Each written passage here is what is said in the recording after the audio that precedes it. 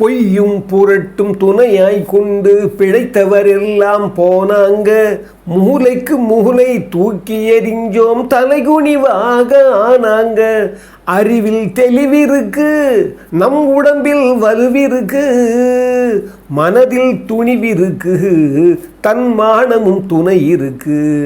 வாங்கையா வாத்தியாரையா, வரவேற்க வந்தோமையா.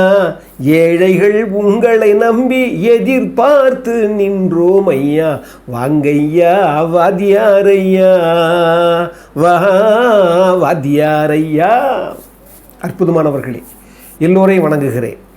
இதோ இப்போது ஒரு முக்கியமான அரசியல் இது ஒரு பகிர்வு என்னென்னா, இப்போ சொன்ன பாருங்கள், பொய்யும் புரட்டும் துணையாய் கொண்டு பிழைத்தவரெல்லாம் போனாங்க. யார்? ஆளுங்கட்சியாக இருந்தவங்களும் போனாங்க, பொய்யும் புரட்டத்தை வச்சுக்கிட்டு.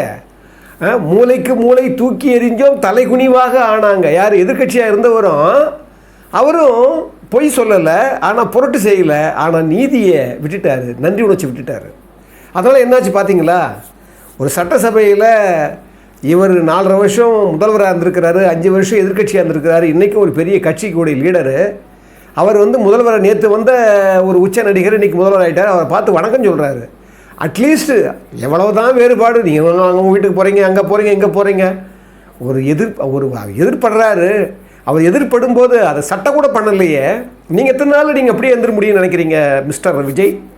ரொம்ப வருத்தமாக இருந்தது. அதுக்கு தான் இந்த பதிவை நான் போடுறேன்.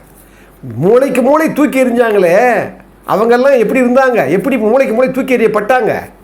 இன்றைக்கி அது பழனிசாமி தகுதி இல்லாமல் இருக்கலாம், அதை விட்டுருங்க. அவர் மேலே ஏகப்பட்ட பிரச்சனை இருக்குது. நானே நிறைய பதிவு போட்டிருக்கேன். ஆனால் நீங்கள் முதல்வராக வந்திருக்கிறீங்க, எல்லார் வீட்டுக்கும் போகிறீங்க, எல்லா இடத்துக்கும் போகிறீங்க. அவங்களே பிரிஞ்சு வந்தவங்க, அவங்க தகுதியே பெறலை, அப்போடு போகிறீங்க. இவ்வளோ செய்கிறீங்க. இந்த கடை வந்தீங்க, என்ன ஆச்சு இன்றைக்கி பாருங்கள். அதாவது அந்த ஒரு விஷயம், அது ஒன்றும் இந்த ஒன்றிய அரசுன்னு சொன்னீங்க பாருங்கள், அது உடன்பாடே பண்ண முடியல. அதுவும் உங்களை சேர்ந்த ஒருத்தர், ஒரு மதத்தை சேர்ந்த ஒரு எம்எல்ஏ, அவர் சொல்கிறாரு சனாதனத்தை ஒழிப்பது தான் வேறு இருப்பு தான். எப்படி ஒரு சனாதனத்தை தர்மத்தை பற்றி படித்து பிஹெச்டி வாங்கின திரு உதயநிதி அவர்கள் சனாதனத்தை எதிர்ப்பது தான், சனாதனத்தை ஒழிப்பது தான், டெங்கு போல ஒரு மலேரியா போல ஒழிப்பது தான் எங்களுடைய இலக்கு, எங்களுடைய ஒரே லட்சியம்னு சொல்லி அதுக்காகவே பிறந்திருக்கிறாரோ, கூட சேர்ந்துட்டார் ஒரு தாவேக்காவை சேர்ந்த ஒரு எம்எல்ஏ. ரொம்ப வருத்தமாக இருக்குது. அதே பாதையில் தான் நீங்கள் போகிறீங்க எல்லாமே. அதாவது நீதி வழுவா நெறிமுறையில் யார் பெரியார்னு ஒரு கேள்வி வரும். அவைத்தாய் சொல்லுவாங்க, நீதி வழுவா நெறிமுறையில் இட்டார் பெரியோர் இடாதார் இழிகுலத்தோன்வா தாய். சாதி இரண்டொழிய வேறில்லை சாற்றுங்கால்வா. 2 தான் ஜாதி, இட்டார் பெரியோர் இடாதார் இழிகுலத்தோர், வேறு ஜாதியே கிடையாதுன்னு. அதை கூட பாரு, நீதி வழுவா நெறிமுறையில் கொடுக்குறதுல கூட நீதி வழுவக்கூடாது. இதெல்லாம் பார்க்கும்போது என்ன தோணுச்சுன்னா, இன்றைக்கி திமுக அடைந்திருக்கிற அந்த மோசமான நிலைக்கு என்ன காரணம்? அந்த முதல்வர் என்ன அகங்காரம் ஆணவத்தோடு பேசினார் தெரியுமா? 210 தொகுதிகளை நாங்கள் தான் ஜெயிப்போம், எங்கள் கண்ணுக்கு தெரிய எதிரிகளே இல்லை. என்னென்ன சொன்னாங்க? 10 தோல்வி. பழனிசாமியை கேவலப்படுத்தினாங்க. அது மட்டும் இல்லை, தீய சக்தின்னு ஒரு உச்ச நடிகர் சொல்கிறாரு. அவர் புதுசாகவும் சொல்கிறார், அவர் என்னவா இருக்கட்டும் விடுங்க, அவர் புரட்சி பண்ணுறாரு விட்டு இருக்கட்டும். அதற்கு ஒரு பதிலாக சொன்னீங்களா? தீய சக்தின்னு சொல்லிட்டு இருக்கிறாரு. சட்டையே பண்ணலை நீங்கள். மக்கள் நீ வளர்கிற தலைமுறை என்ன பண்ணிடுச்சு? உண்மைன்னு எடுத்துக்கிச்சு. அதனாலேயே உங்கள் மேலே நீங்கள் உங்கள் மேலே இவ்வளோ பெரிய இழுக்கு வந்தது காரணம். அறத்தையே விற்கல. நீங்கள் அப்போல்லாம் காரணங்கள் சொல்லலாம். இன்றைக்கி சொல்கிறாங்க திமுக தோற்றதுக்கு அடுக்கடுக்காக காரணங்கள் சொல்கிறாங்க. மகனை கட்சி ஆக்கிட்டீங்க. உங்கள் அப்பா என்ன பண்ணார்? பேரறிஞர் அண்ணா கட்சியையே குடும்பமாக நினச்சார். மு.க. ஸ்டாலினுடைய அப்பா என்ன பண்ணார்? குடும்பத்தையே கட்சியாக நினச்சார். ஆனால் மு.க. ஸ்டாலின் அதுக்கும் மேலே போய் மகனையே கட்சியாக நினச்சிட்டார். அவர் தான் கட்சி நினச்சிட்டார். இன்றைக்கி பாருங்கள், அவர் மறுபடியும் சனாதனத்தை தோண்டி புதைக்குழி வைக்கணும்னு பார்க்குறாரு அவர். 1000 வருடங்களுக்கு மேலே அந்த சனாதன தர்மம், புராதன தர்மம் சனாதனம் தர்மம் அது. சனாதனம்னா என்ன நினைக்கிறீங்க? சனாதனம்னா முறைப்படுத்தப்பட்டது. அது சாதாரண விஷயம் இல்லை. அதுக்கு ஒரே ஒரு வார்த்தையில் சொல்ல முடியாது. அதுதான் நெறி, அதுதான் தர்மம். அதனால தான் சனாதன தர்மம்னே சேர்த்து சொன்னாங்க. புரியாமலே அந்த சனாதனத்தை தர்மத்தை தவறாக கையாண்டவங்க இருக்கிறாங்க. அதனால் தவறாக சமூகம் பிளவுபட்டது, அதெல்லாம் வேற. ஆனால் அதனுடைய முக்கியமான ஐக்கியம் இருக்குது பாருங்கள், அந்த ஒற்றுமை இருக்குது பாருங்கள், அது ஒரு பேரொழி. அது தெரியாமலே சும்மா கத்துக்குட்டி மாதிரி பேசிகிட்டு இருக்கிறாரு அவர். அதை என்ன சொல்கிறதே தெரியல. காலத்தினுடைய கொடுமைங்க இது. பார்த்தா அவர் அதே போல் முதல்வர் ஒன்றிய அரசு ஒன்றா அரசு அவரும் அப்படியே பேசுகிறார். 1978 ஜனவரியில் பிப்ரவரியில் பேட்டி கொடுக்குறாரு திரு எம்ஜிஆர் அவர்கள். என்ன அற்புதம் தெரியுமா? இவங்க சொல்கிறாங்களே ஒரு மத்தியத்துக்கும் மாநிலத்துக்கும் ஒரு கூட்டாட்சி வேணும். நீங்கள் சொல்கிறீங்களே மாநிலத்துக்கு உரிமையே கொடுக்கல, மாநிலத்துக்கு அதிகாரமே கொடுக்கவே இல்லை. இப்போ மாநில ஆட்சி நடக்கிற போது உள்ளாட்சி இருக்குதே, உங்களுக்கு கீழே 3 ஆட்சி. மத்தியத்தில் ஒரு மத்தியமும் மாநிலமும் கூட்டாட்சின்னு சொல்கிறோம். அது மட்டுமே இல்லை, மாநிலத்துக்கு கீழே ஒரு உள்ளாட்சி இருக்குது. அந்த உள்ளாட்சிக்கு நீங்கள் எத்தனை பேருக்கு உரிமை கொடுத்துருக்குறீங்க? என்ன உரிமை நீங்கள் கொடுத்துருக்குறீங்க? யோசிச்சு பாருங்கள் கொஞ்சம். ஒரு மாநில அரசாங்கம் தனக்கு கீழே இருக்கிற மாநிலத்துக்கு கீழே இருக்கிற உள்ளாட்சிகளுக்கு நீங்கள் என்ன உரிமை? உள்ளாட்சின்னு ஒன்று கிடையவே கிடையாது. நீங்கள் சொல்கிறதான் அதிகாரம், நீங்கள் வைக்கிறதான் சட்டம். அங்கே என்ன உரிமை இருக்கா உங்களுக்கு? யோசிச்சு பாருங்கள். இதை பற்றி நிறைய பேசணும், சாதாரண விஷயம் இல்லை. ஆனால் திரு எம்ஜிஆர் அவர்கள் 1 வருடம் கூட ஆகலை ஜனதா ஆட்சி இருக்குது. மொரார் தேசாய் இங்கே பிஎம்மாக இருக்கார். அவங்ககிட்ட கேட்குறாங்க. அந்த சமயத்தில் நான் நினைக்கிறது சரியாக இருந்ததுன்னா பிப்ரவரி மாதம் சொன்னார். அந்த 1978 பிப்ரவரியில். ஜூன் மாதம் தான் 1977 பதவிக்கு வராரு. 1 வருடம் கூட முடியல. அப்போ அவங்க கேட்குறாங்க. அந்த நேரத்தில் திரு ஜோதி பாசு அவர்கள் கல்கத்தாவில் மேற்கு வங்காளத்தில் அவர் முதல்வராக இருக்கிறார். அவர் மாநில சுயாட்சியை மறுபடியும் எழுப்புறாரு. அந்த நேரத்தில் எம்ஜிஆர்ட்ட கேட்குறாங்க, ஜோதி பாசு அவர்கள் மாநில சுயாட்சியை பற்றி சொல்லியிருக்கிறார், உங்கள் கருத்து என்னன்னு கேட்குறாங்க. எம்ஜிஆர் சிஎம்மாக இருக்கிறார். அப்போ சொல்கிறாரு, இப்போ எல்லாருமே மாநில சுயாட்சியை பற்றி பேச ஆரம்பிச்சிட்டாங்க, நிறைய மாநிலங்கள் பேச ஆரம்பிச்சிட்டாங்க. ஆனால் இது புதுசு இல்லை, பேரறிஞர் அண்ணா காலத்திலேயே மாநில சுயாட்சி பேசப்பட்டது, அதைத்தான் இன்றைக்கி இருக்கிறவங்களாம் பேசுகிறாங்கன்றார்.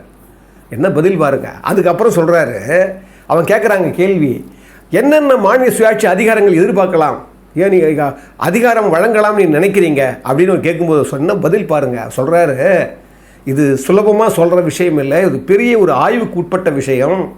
சிலர் சொல்கிறாங்க ஒரு 3 அதிகாரங்களை மட்டும் மத்திய அரசாங்கம் வச்சுக்கலாம், மற்ற அதிகாரங்களை கொடுத்துடலான்னு சொல்கிறாங்க. அது இருக்கலாம், ஆனால் அது அப்படியே நாம் இன்னும் நிறைய வல்லுநர்களை சேர்த்துக்கிட்டு அது மேலே ஒரு ஆய்வு பண்ணி அதுக்கப்புறம் முடிவு பண்ண வேண்டிய விஷயம், அது சுலபமாக பேசக்கூடிய விஷயம் இல்லைன்னு அவர் பொதுவாக பதில் சொல்கிறார். அடுத்த கேள்வி ரொம்ப முக்கியமான கேள்வி. சரி, மாநில சுயாட்சி இப்போ உங்களுக்கு வரலன்னு சொல்கிறாங்களே, அப்போ இல்லைன்னு சொல்லும்போது அப்போ நீங்கள் அந்த மத்திய அரசாங்கத்தை எப்படி அதை பெற போகிறீங்கன்னு சொன்ன உடனே எம்ஜிஆர் சொல்கிறாரு, ஏன் நம்ம பகையாகவோ எதிர்ப்பாகவோ மத்திய அரசாங்கத்தை எதிர்த்து பண்ணணும்?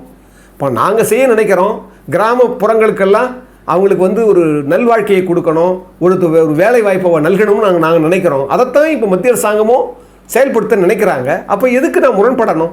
அப்படியே முரண்படுற விஷயங்கள் வந்தாலும் அதை பேசி தீர்ப்பது தான் ஜனநாயக கடமையை தவிர முட்டிக்கிட்டு மோதிக்கிட்டு இருக்கிற ஜனநாயக கடமை இல்லைன்னு மறுக்கிறார். இது 1978 வந்த பேட்டி. நான் என்னுடைய நினைவு சரியாக இருக்குமானா 1 வருஷம் கூட ஆகலை எம்ஜிஆர் அப்போவே மாநில சுயாட்சின்னு அதுக்கு ஒரு பெரிய போராட்டம் நடத்தின கட்சியிலேருந்து வந்தவர் தான் அவரும். ஆனால் என்ன இணக்கமா, எவ்வளோ பெருந்தன்மையா இவங்க பாருங்கள், ஒன்றிய அரசு கால் ஊன்ற விட மாட்டோம், சாயம் பூச விட மாட்டோம்னு சொல்லி அவங்கள அழிச்சார். இவர் தீய சக்தின்னு சொல்லி உச்சநீதிமன்றம் அழிச்சிட்டார். இடையில ஒருத்தர் காணாமலே போயிட்டார். பாருங்க இது என்ன நான் சொல்கிறேன், இவங்களுக்கு உண்மையாகவே இப்போ விஜய் அவர்களே பாருங்க, இவ்வளோ புரட்சி பண்ணி மக்கள் புரட்சி பண்ணி வந்துட்டார். ஆனால் அவருக்கு விட்ட தப்பு பாருங்க, அவர் பார்லிமெண்ட் எலெக்ஷனில் மறுத்துட்டார். நிற்கிற பரவாயில்ல விடுங்க, தேசிய ஒரு நீரோட்டத்தில் ஏற்படுற ஒரு தகுதி வாய்ந்த தேர்தல் அது விட்டுருங்க, பரவாயில்ல, கட்டமைப்பு இல்லைன்னு கூட ஒன்று விட்டுருக்கலாம்.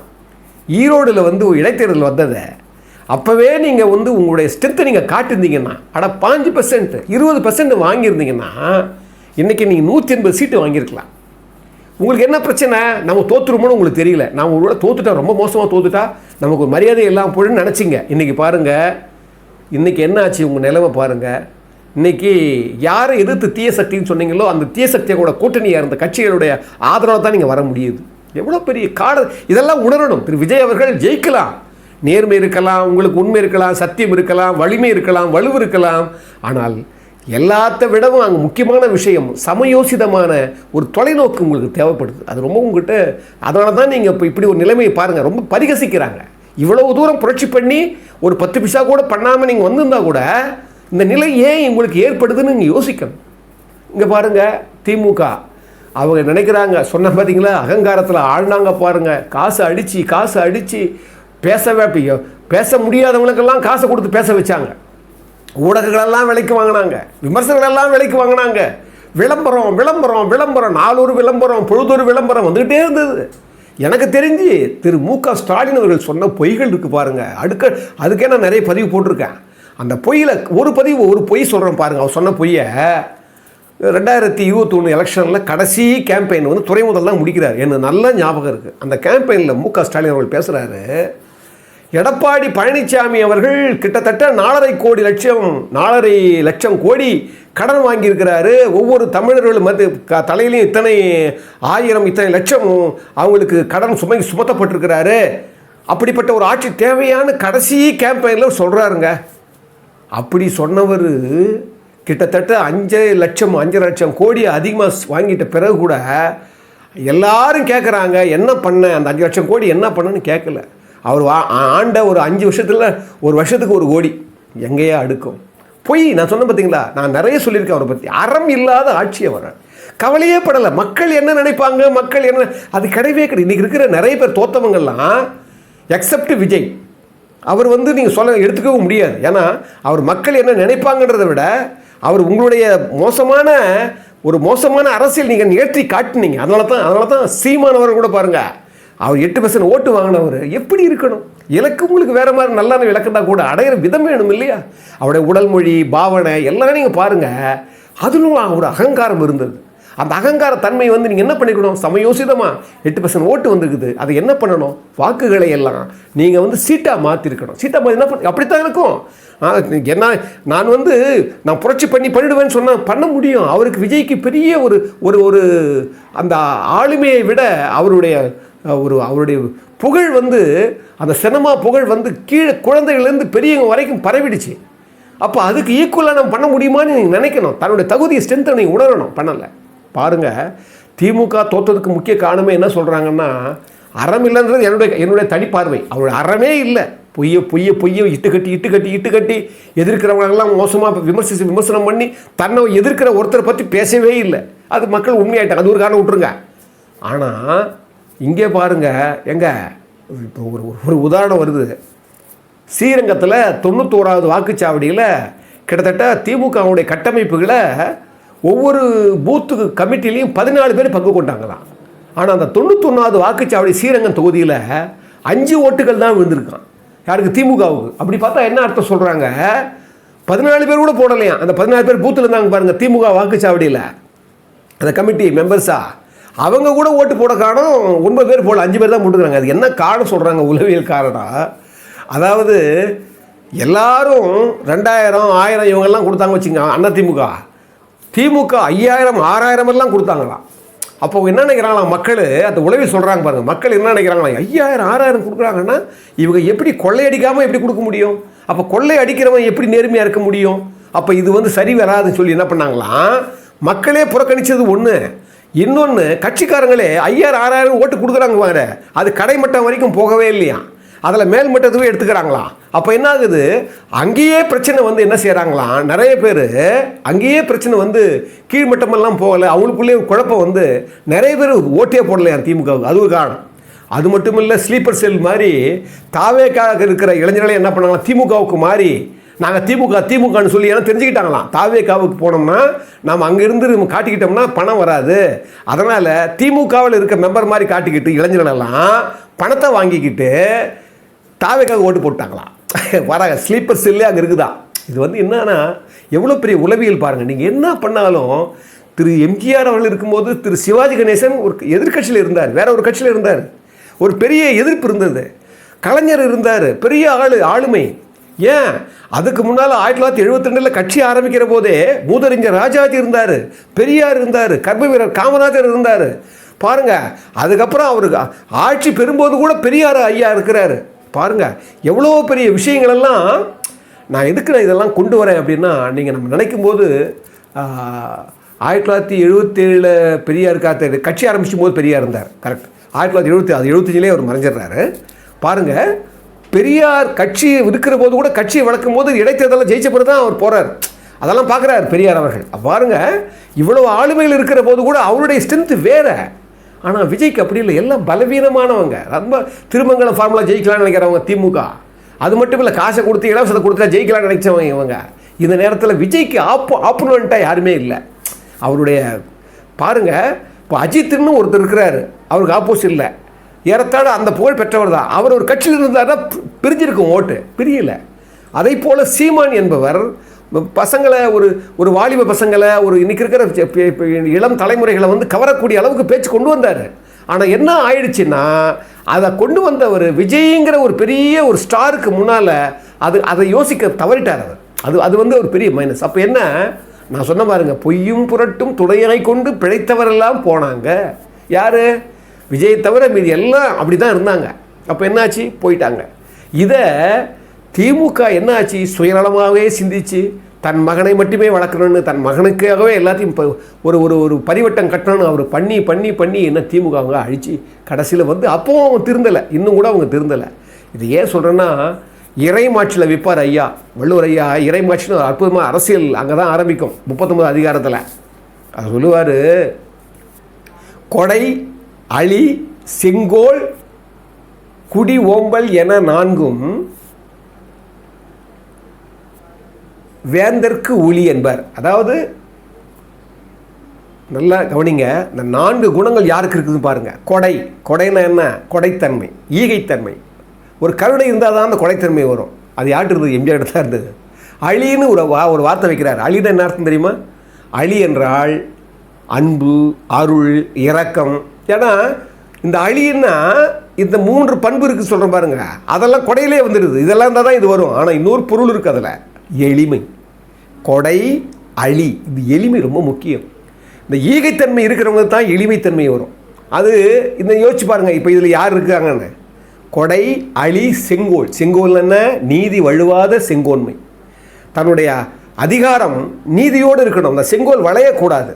அந்த செங்கோல் வளைஞ்சிச்சுன்னு வச்சுக்கோங்க, நீங்கள் அழி வந்துடும்.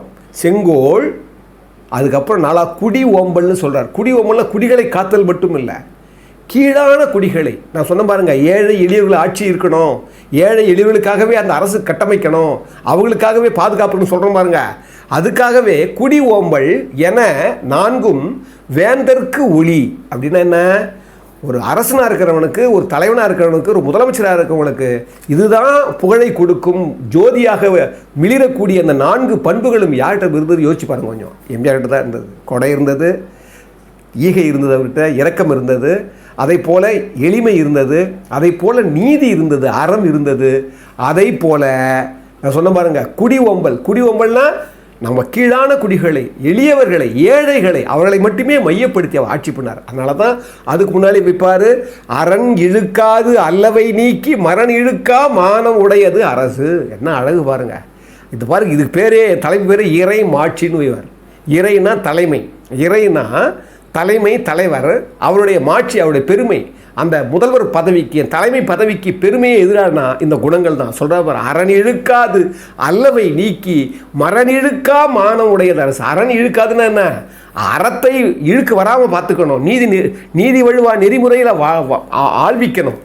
அரண் இழுக்க அல்லவை நீக்கி, அது மாதிரி அறம் இல்லாததை நீக்கிடணும், பண்ணவே கூடாது. மரண் இழுக்கா மானம் உடையது. மரண்னா இங்கே வீரம்னு சொல்லலாம், மரம்னா புகழும் சொல்லலாம். இந்த ரெண்டுத்தையும் நேர்மாறாக பண்ணினீங்கன்னா உங்களுக்கு புகழ் போயிடும். மரண் இழுக்கா மானம் உடையது அரசு. மானம்னா என்ன? தன்மதிப்பு உள்ளது. அப்படிப்பட்ட தன்மதிப்பு உள்ளது அரசு அப்படின்னு சொல்கிறார். இதை யாருக்கு பொருந்தும்? எம்ஜிஆருக்கு தான் பொருந்தும். ஏன்னா இன்றைக்கி இருக்கிற அரசியல் இது இந்த வீழ்ச்சிக்கு முக்கியமான காரணம் எது? பல காரணிகள் சொல்லலாம் திமுகவை. ஆனால் ஒரே காரணி அறம் இல்லை. நான் தான் அடிக்கடி சொன்னேன், அரசியல் பிழைத்தார்க்கு அறம் கூற்றாகும். இதை இப்போ புதுசாக வந்த விஜயும் யோசிக்கணும், ஏற்கனவே கட்சி நடத்துகிறவங்களும் யோசிக்கணும், ஏற்கனவே கட்சி நடத்துகிறவங்க மட்டும் இல்லை, இனிமேல் வர தலைமுறையும் யோசிக்கணும். அற்புதமானவர்களே, இந்த தமிழ் தீருடைய செயல்பாடுகளும் அதனுடைய கொள்கைகளும் அது சொல்கிற அந்த நேர்மையும் அறமும் உங்களுக்கு எல்லாருக்கும் புரிஞ்சிருக்கும், பதிஞ்சிருக்கும்னு நான் நம்புகிறேன். அந்த வகையில் இந்த தமிழ் டிவிக்கு நீங்கள் ஏதாவது ஒரு பொருளுதவி செய்யணும்னு நீங்கள் நினச்சிங்கன்னா இந்த கீழே இருக்கிற அந்த ஜிபி நம்பருக்கு உங்களுடைய அற்புதமான அன்போடு சேர்த்து உங்கள் உதவியை செய்யுங்க. இது எங்களுக்கு பெரிய பிரயோஜனமாக இருக்கும். அது மட்டும் இல்லை, இறைமை உங்கள் உள்ளத்தில் அந்த மாதிரி எண்ணத்தை தூண்டிவிட்டால் அந்த நிலையில் நீங்கள் இருந்தால் நீங்கள் உதவி செய்யுங்கள். அதை சிறைமேற்கொண்டு ஏற்றுக்கொள்கிறோம் என்று மீண்டும் ஒரு முறை உங்களை வணங்குகிறேன்.